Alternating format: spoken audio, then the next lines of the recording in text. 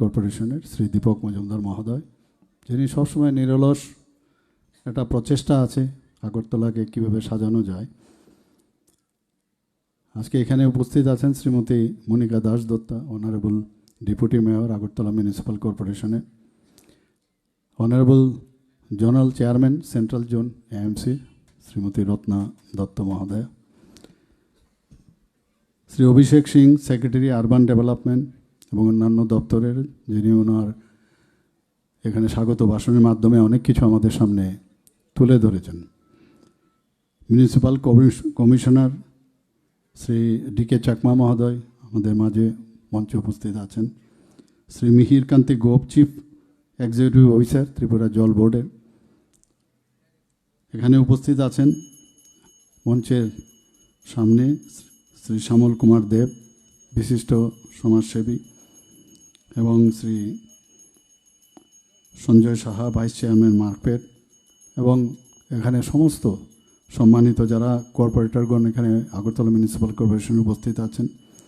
Agartala municipal কর্পোরেশনের সমস্ত officials, কর্মচারী এবং ত্রিপুরা জল বোর্ডের, এই এলাকার যারা বিশিষ্ট ব্যক্তিবর্গ, এলাকাবাসী এবং প্রিয় সাংবাদিক বন্ধুরা, সবাইকে আন্তরিকভাবে আমি ধন্যবাদ জানাচ্ছি, শুভেচ্ছা জানাচ্ছি।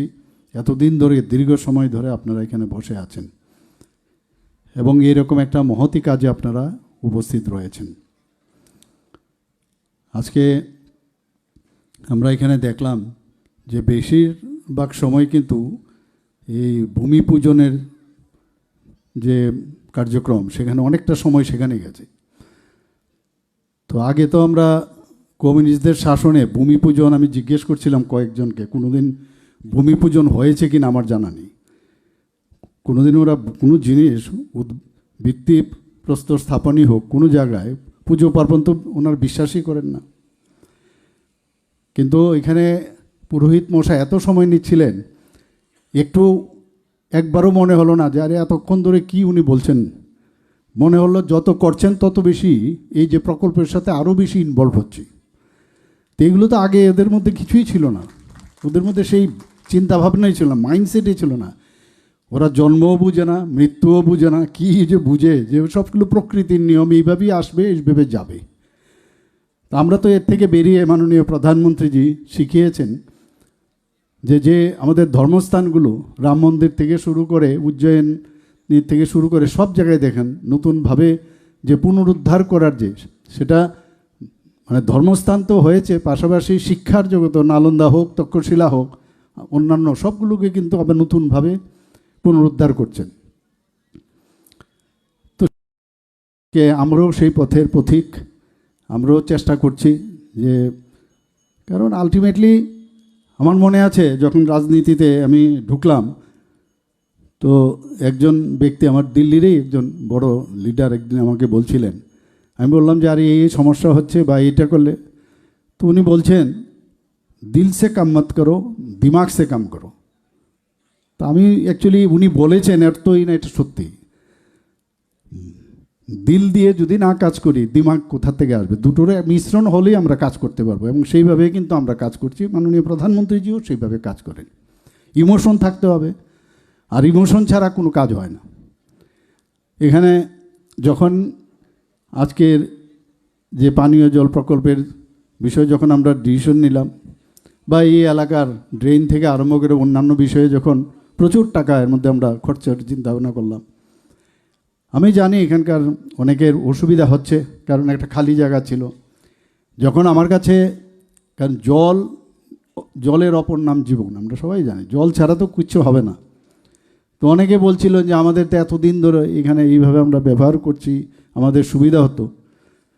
সাময়িক সেটা সমস্যা হবে, নো ডাউট, কারণ আমি নিজেও, আমার বয়স তো কম হয়নি। আমাদের মসজিদ পট্টি তো একটা খালি জায়গা ছিল, সেখানে আমরা ব্যাডমিন্টন খেলতাম, দৌড়তাম, তারপরে ওই গোল্লাচুট ইত্যাদি খেলাধুলা ইত্যাদি করতাম। কিন্তু যখন বিল্ডিং হলো তখন কিন্তু একটু সমস্যা হয়ে গেল। আরে কী কারবার, এতদিন ধরে এটাকে ইউজ করলাম, এখন কিন্তু আমরা ইউজ টু হয়ে গেছি, সেটা কিন্তু আমরা অনেকটা ইউজ টু হয়েছি। কাজে অ্যাক্লামেটাইজেশন খুব ইম্পর্ট্যান্ট। এখানে যখন এই বিষয়ে আমার কাছে খবর এলো, আমি বললাম আরে জিনিসটা তো বুঝতে হবে, সবসময় সব কিছু কিন্তু মানে একভাবে চিন্তা করলে হয় না, কিছুটা নিজের যদি সুবিধের জন্য মাঝে মাঝে অসুবিধারও কিন্তু সম্মুখীন হতে হয়।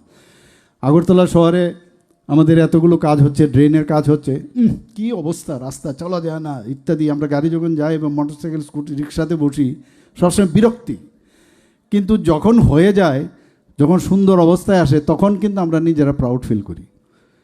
এবং এর জন্য আমি যখন বললাম, তো এই মার্কস আমাদের স্মার্ট সিটি থেকে ওরা লিখছে